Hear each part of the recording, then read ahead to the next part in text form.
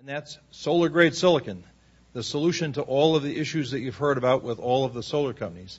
And this is unique in that we can offer an ability to build a plant for 1/10 the cost in 1/2 the time and deliver product at 1/3 the cost of the competitors today. You ask, what is solar-grade silicon and why is that such a problem? Well, traditionally, our solar plants in the photovoltaic industry have used electronic-grade silicon, which is 8/9 purity, and they basically use a process called the Siemens process, which makes this. And the solar panels that we have today, which represent over 90% of those, are made using this silicon, which they actually use the waste. And in the early days, we had a lot of waste and a lot of scrap, which was used. Unfortunately, we've now reached a point where this photovoltaic industry is growing so fast, there just is not enough waste. As a matter of fact, we're using up almost all the prime silicon as well. NREL did a study recently, and they looked at what does it take? Do we really need that kind of purity to make a photovoltaic panel? And they discovered that instead of 8/9 purity, we only need 6/9 purity, and particularly focus in on the dopants of boron and phosphorus in certain metals. RSI has created a proprietary new process that delivers a very low-cost product that meets only the solar-grade needs.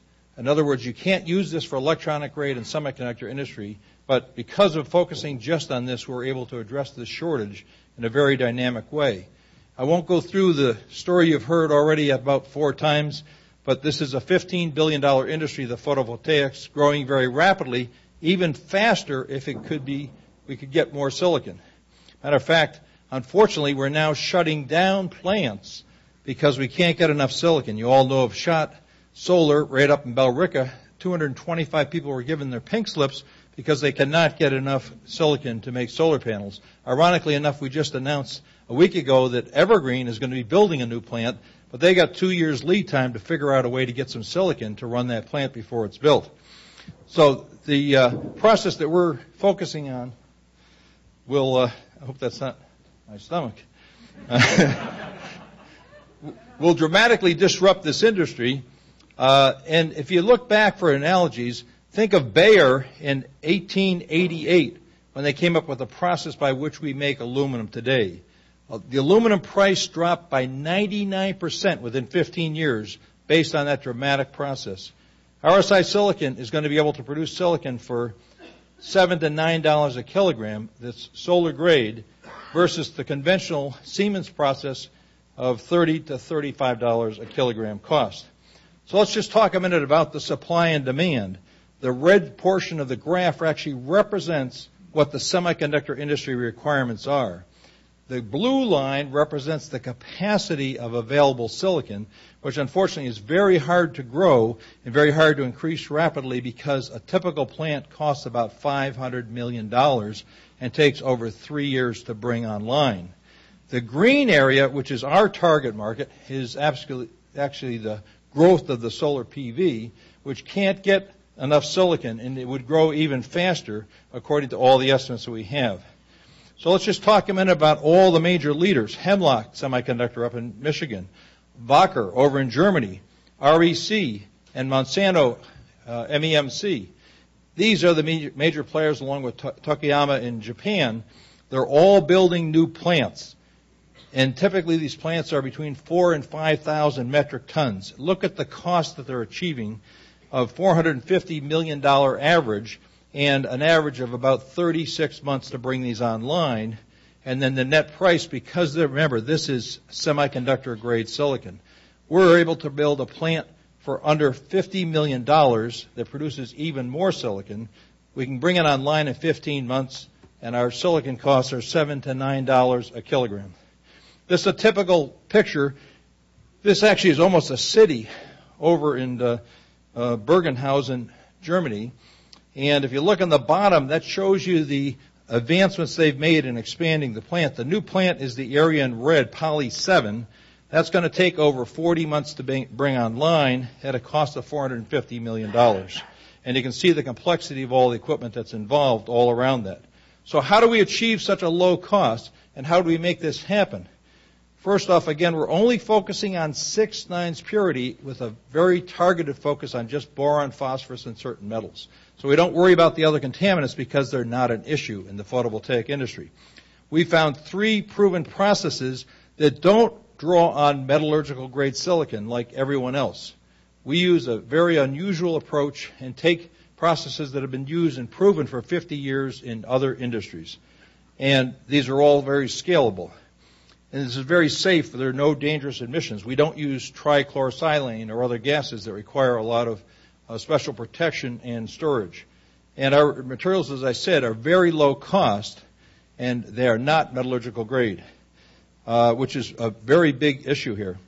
And also, our capital equipment costs really gets to be a very big issue. Almost all of the equipment we need we can buy off the shelf, so to speak, with readily made processes. And we can build a factory very quickly because of that. We don't require a lot of special equipment and permits. This is a typical picture. If you look at the comparison to what we showed you a second ago with Wacker's facility, these are the kind of processes that we use, a lot of tanks, a lot of pumps, and a lot of more traditional equipment. Let's talk a little bit about the challenge now of making a business out of this. The bottom line represents the traditional payback or the hockey stick of the Siemens plant business. And because of the current market conditions and the fact that they're able, even though the product costs $25 to $30, to sell silicon right now well over $100 a kilogram. And actually, the spot market is well over $300 this week. So they have a much faster payback. However, our payback period is less than 18 months to get to positive cash flow. And the orders that we're booking now are actually even at much lower cost than anyone else in the industry. So again, we offer the ability to build a plant at 1/10 the cost in 1/2 the time to get it to positive cash flow, and we can offer our product costs are 1/3 the competing market. This product in this process has been validated in the laboratory on a small scale, and it's been confirmed by a leading Princeton scientist who actually is an MIT graduate. And it's also been through a very thorough review by Black & Veatch, which is one of the world's largest engineering firms in this area, with a $100,000 study. A patent has been filed, a utility patent as well as a provisional, and we already have customers placing orders like BP Solar down in Frederick, Maryland, with a $120 million order, and we have another order that's just come in from over $200 million. Those sound like big orders, but in this industry, that's not much. All right, so our bottom line on this is a very profitable business and a very unusual situation right now in the market. But as time goes on, we plan to bring the cost down by 2012, where right now all the new orders are going out well over $100 a kilogram.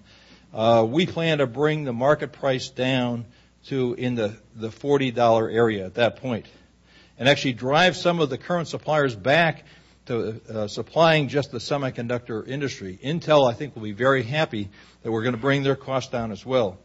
The team is made up of Dr. Amendola, who's a leading scientist with an amazing background in the chemical and metallurgical area. He was the father of Millennium Cell, using sodium borohydride to generate hydrogen.